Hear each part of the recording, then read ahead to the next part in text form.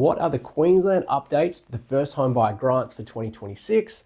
What is the brand new scheme where the government can help you buy up to 40% of the property? And how do you actually get access to these schemes? If you're looking to buy your first home in Queensland, this video will walk you through exactly what government support is available in 2026, how the different options work together, and why timing plays a much bigger role here than most other states.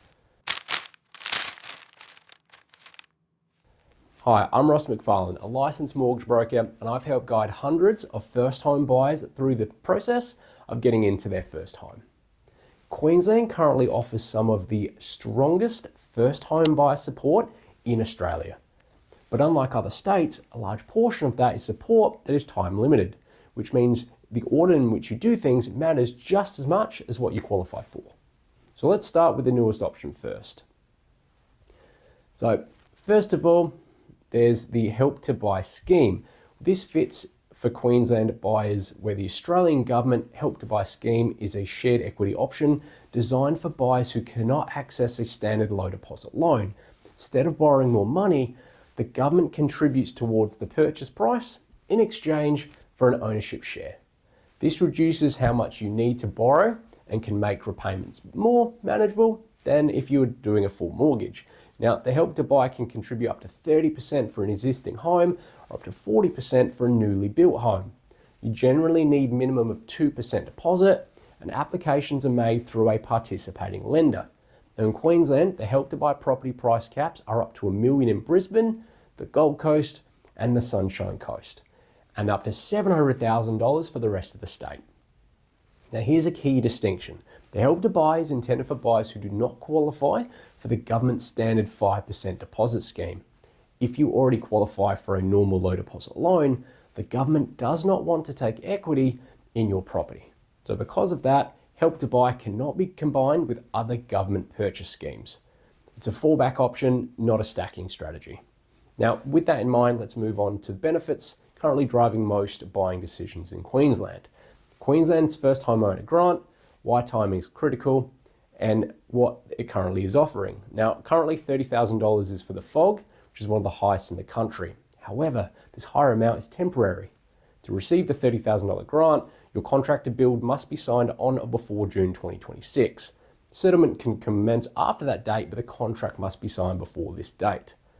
So the grant is expected to reduce significantly, meaning buyers who miss the cutoff could lose tens of thousands of dollars. Now, the grant applies only to new homes and the property value must be under $750,000. So if you're building or buying new in Queensland, this grant is often the starting point around which everything else is structured. Stamp duty release in Queensland, so it can complement the FOG.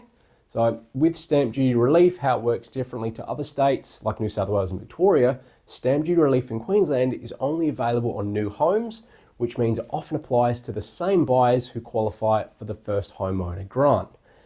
If the purchase price is $700,000 or less, eligible first home buyers pay no stamp duty, but if the price is between $700,001 and $800,000, concessions and discounts apply. If it goes above this, there is no stamp duty relief. So buyers purchasing or building a new home under the relevant thresholds, the grant and stamp duty relief often work together, significantly reducing upfront costs. Now let's look at the deposit options. The 5% deposit scheme, how low deposit buyers fit into this in addition to the other specific support. Many buyers often qualify for the federal government 5% deposit scheme, often referred to as the LMI waiver.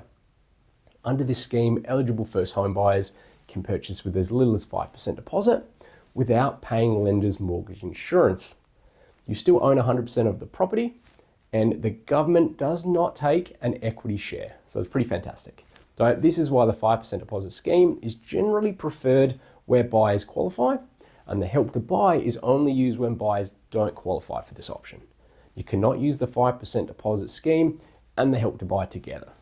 Now, the final takeaway for Queensland buyers is that Queensland offers some of the most generous first home buyer support in Australia, but it is also the most time sensitive.